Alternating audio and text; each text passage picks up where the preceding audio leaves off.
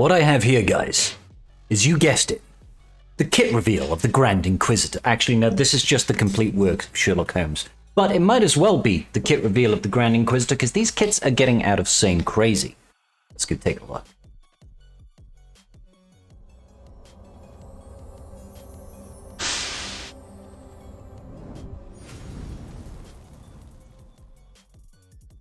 Alright, let's swap me over here. Wow, look how quick that was. Okay, so Grand Inquisitor kit reveal. We finally have it. The event is going live, in a couple of days now. And yeah, it's about time we actually got a look at the kit. This massively hyped up kit that we've been hearing about for 5 or 6 months now. And here he is. Tuscan Meathead, our interim community manager, has released this last night. Let's see, here's a dark side attacker, leader, Inquisitorius. There's no surprise there, unaligned force user of the Empire. Yeah, looks pretty cool. Art, like it. Synergy suggestions, funnily enough, with the Inquisitors. No surprise there. Now, before we get started, guys, there's something that I really want to focus here that might be a little bit disappointing to some people that have been looking to get this particular legendary character. Now, where is it? Strategy tips. Yeah, so Grand Inquisitor was designed to challenge Jedi Galactic Legends who are on their teams without their lifter units, i.e. Commander Ahsoka Tano, in Territory Wars. So, it begs the question, guys, before we go any further, and I think this is really important, so let's go full screen. If you have hyped up a legendary character that is designed to specifically kill Jedi GLs in Territory War, and he does not counter the Jedi Galactic Legend that we see on defense in Territory War, what's the point?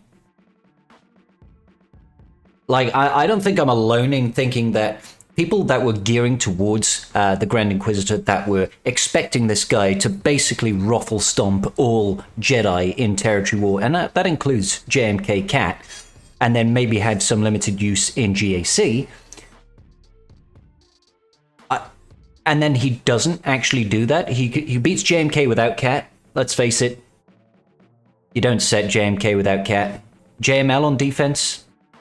Some people said it. Not really a high-end guild level. You don't tend to see JML on defense. You don't see JKR on defense. You don't see JKL on defense. It's like, I get where you're going with it. But why though? It just confuses me. The choices confuse me. I don't know about you guys. Let me know in the comments down below. What do you think about this weird choice to not have it beat the one team that people want it to beat? And this is, brand new faction. Better gear them up super quick. Better star them. Better get them to Relic 5 ahead of the event. Really push that envelope. And then, booyah! You get a legendary character that doesn't beat the team you want it to beat. Cool. Sick. Anyway, moving on. Let's go ahead and actually read the kit now, I think. So, here we go. Kit reveal. Basic is pain can break anyone. It is a Zeta, another Zeta on a basic here, guys. Pretty cool animation. I like the little spin that he does with his saber staff there. That's pretty cool. Deal physical damage to the target enemy. If all allies are Inquisitorius, inflict a stack of Purge, maximum of 6, which can't be resisted. Nice, basic, can't resist, irresistible Purge, cool. Reduce the target enemy's crit damage by 15, stacking for 2 turns per attack, which can't be resisted. On the Grand Inquisitor's turn, if the enemy has at least 3 sticks of Purge, at the start of the turn, attack a second time, always scoring a critical hit. That's quite cool. If the enemy has 6 stacks of Purge at the start of the turn, attack a third time. So really, you can decrease the enemy's crit damage by, up to 45%. And it can do true damage. Quite useful. The amount of Purge that is going to be kicking out from the Grand Inquisitor is quite a lot. So you're always going to more or less attack at least twice and reduce their crit damage. That's quite cool. Decreasing the damage output the enemy team means you'll last longer. Pretty cool. You're right to be afraid. His first special here has got a cooldown of 4. Nice little AoE. Looks a little bit like the animation that we get for the Saber Toss from Jedi Knight Revan. And actually, the effects of the ability are actually quite similar as well. Final text. Dispel all debuffs on Inquisitorius allies, just like Jedi Knight Revan's Saber Toss. And then equalize their current health and protection percentage, just like Jedi Knight Revan's Saber Toss. Deal physical damage to all enemies and inflict ability block and vulnerable to 1 turn to all enemies with Purge. Basically, everybody's always going to have Purge versus these guys, so that's pretty cool. And it can't be resisted. An irresistible AoE ability block with also vulnerable, so they're always going to get crit, is actually really damn good. That's cool. For each enemy with Purge, Inquisitorious allies recover 4% health. Inquisitorious allies gain crit damage up for 2 turns. So let's face it, guys, Inquisitorious need more damage output, so the fact that they're basically always going to be critting, and we're increasing crit damage, and we are keeping them alive, a bit more sustain, that's cool. That's cool. Special 2, ready to die. Cooldown of 6. That is a long-ass cooldown, and it is our first Omicron. So here we go. Remove 100% turn meter from target enemy. That'll be useful. Not sure how that affects JMK, who can't have any TM manipulation, but okay. Which can't be resisted, and deal physical damage. Lovely. Then inflict torture on you debuff for 1 turn, which can't be copied, dispelled, evaded, or resisted. Basically, you're getting tortured, bro. Gain buffs for 2 turns based on the number of stacks of Purge on the target enemy. If they've got 1 stack or more, the Grand Inquisitor gains offense up for 2 turns. 2 stacks, speed up. 3 stacks, tenacity up. So, up to 3 buffs there. If they're on 4 stacks, it starts applying to the whole team. Up to 6 stacks, the whole team of Inquisitorious allies all gain these 3 buffs. Pretty cool. Now, Torture has a unique mechanic. Take bonus damage equal to 10% of this character's max health when damaged by an attack. Reduce defense by 10%, stacking to a maximum of 50 for the rest of the encounter when damaged by an attack. And they can't gain bonus TM. Again, the bonus TM doesn't have any impact on JMK, but we've already established it's not going to bait JMK Cat, and you're not really going to see JMK Subcat on defense. Maybe you can look to 2-tap this by taking in a Bounty Hunter team, kill the cat with an Annihilate, or a Disintegrate rather, and then maybe taking Inquisitorious against it afterwards, but that's still a 2-tap, and that's still lost banners. While in Territory Wars, here's the Omicron aspect of it.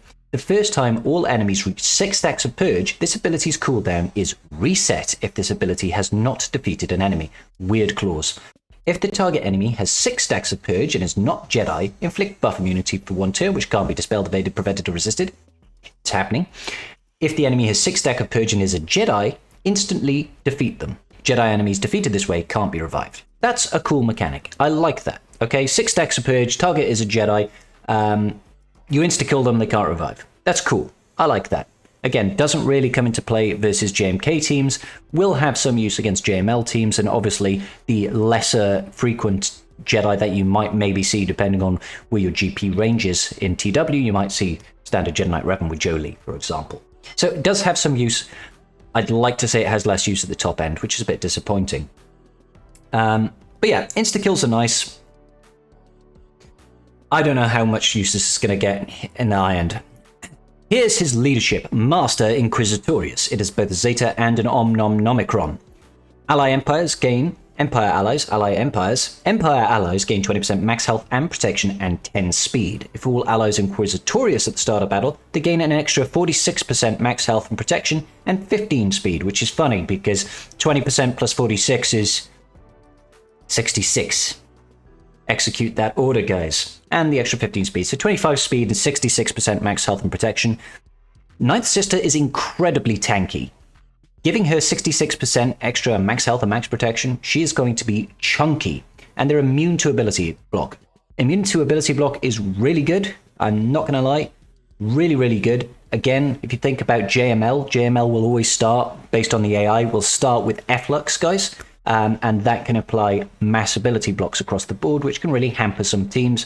This basically hard counters that opener, at least. Grand Inquisitor gains defense up and offense up for 2 turns, which can't be dispelled or prevented. Defense penetration up and offense up is great, but we really need to wait and see, what's the damage modifiers on his abilities and what's his base stats at. If he's got lots of offense, he could actually be the oomph that these guys need. If all allies are Inquisitorious at the start of battle, whenever Purge is inflicted, Inquisitorious allies gain bonuses based on their roll for the rest of the encounter, stacking to a max of 200%. Attackers gain 2% crit damage, healers and support gain potency, tanks gain defense. That's okay, so, every time you're inflicting Purge, you're going to be hitting a lot of Purge, sometimes multiple stacks of Purge, maximum of 200%. 200% crit damage is actually quite nice, guys. That is a lot of extra crit damage. You just need to last, and because they're so tanky and they've got a lot of sustain, they might well last. If the enemy leader is a Jedi, Inquisitorious allies start the battle with buffs based on their role. So attackers gain advantage, so they're going to crit, healers gain foresight, so they won't be able to die, and tanks will taunt. It's okay, it's okay. While in Territory War and Grand Inquisitor is active, whenever an enemy loses Purge, they regain it until the end of the turn. That means they're always going to have Purge. It's like Vader's leadership with dots. Those Purge stacks are going to constantly reapply, which is great. On the turn, Inquisitorious allies can ignore Taunt, and the target enemy can ignore Taunt to target an enemy with 6 stacks of Purge. This is cool. There's quite a few AoEs from the Inquisitorious, and they will often stack Purges on the entire enemy team. As you can't cleanse these stacks of Purge, it does mean that you will hit 6 stacks pretty quick, and that means you could just ignore Taunt. Basically, this kit more sounds like it's designed to beat JML than it does JMK. Unique. Compassion leaves a trail. Zeta and Omicron. So 3 Omicrons for this guy, 3 Zetas. Final text. For each Inquisitorious ally, enemies with Purge have minus 10% defense and minus 5 speed. Now the maximum is going to be 6. You're going to hit that, so minus 60% defense and minus 30 speed is pretty significant, to be honest. If an enemy evades an Inquisitorious ally's attack, all other enemies take true damage and dispel foresight from themselves. That's pretty useful. That's pretty useful.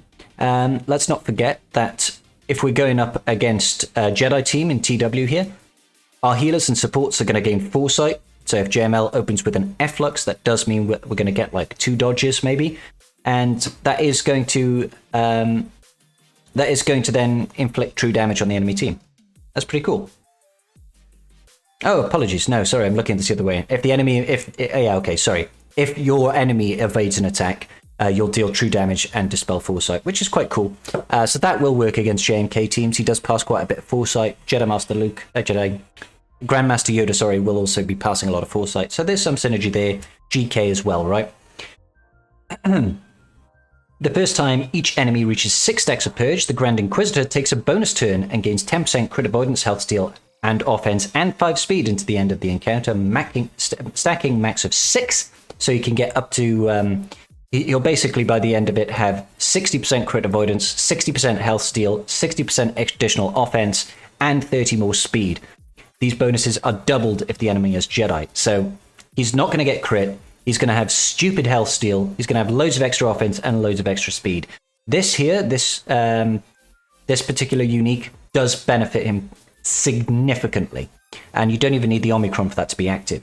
Whenever Jedi enemies, this is the Omicron section, whenever Jedi enemies with Purge gain protection up, so GMY, JMK teams, for example, they take damage equal to 25% of their max health at the end of that turn. This damage can't defeat enemies. If an enemy with 6 stacks of Purge were to reduce the Grand Inquisitor to 1% health, he has essentially got a savior mechanic built in where he recovers 100% health and protection. Pretty cool. A little bit weird that it is restricted to an enemy with 6 stacks of Purge. Not sure why that's the case, but fine. I mean, the additional 25% max health damage probably doesn't apply properly to GL because they're supposed to take reduced damage from percentile effects, but we don't know how that quite works here. I assume it'll just do the reduced damage, but it'll still be useful for killing the allies. Unique 2, Patience. Final text. At the start of battle, if all allies, a minimum of 3, are Inquisitorious, this character gains 20% max health, max protection, and potency. Inflict all enemies with a stack of Purge at the start of the encounter, which can't be evaded or resisted. Whenever an enemy damages this character with an attack while attacking out of turn, that enemy gains a stack of Purge, which can't be evaded or resisted. Whenever Purge is consumed or dispelled on an enemy, this character gains 3% turn meter. So basically, if you direct focus the Grand Inquisitor with Jedi Knight Revan, you're going to gain a load of Purge stacks. If you're coining, for example, with JML's leadership ability onto the Grand Inquisitor, you're going to be gaining stacks of Purge. When you ultimate with JMK, you're going to be gaining stacks of Purge. So it obviously is quite heavily built around trying to counter Jedi. I do think it's disappointing that it's not designed to counter JMK Cat. That is a big shame.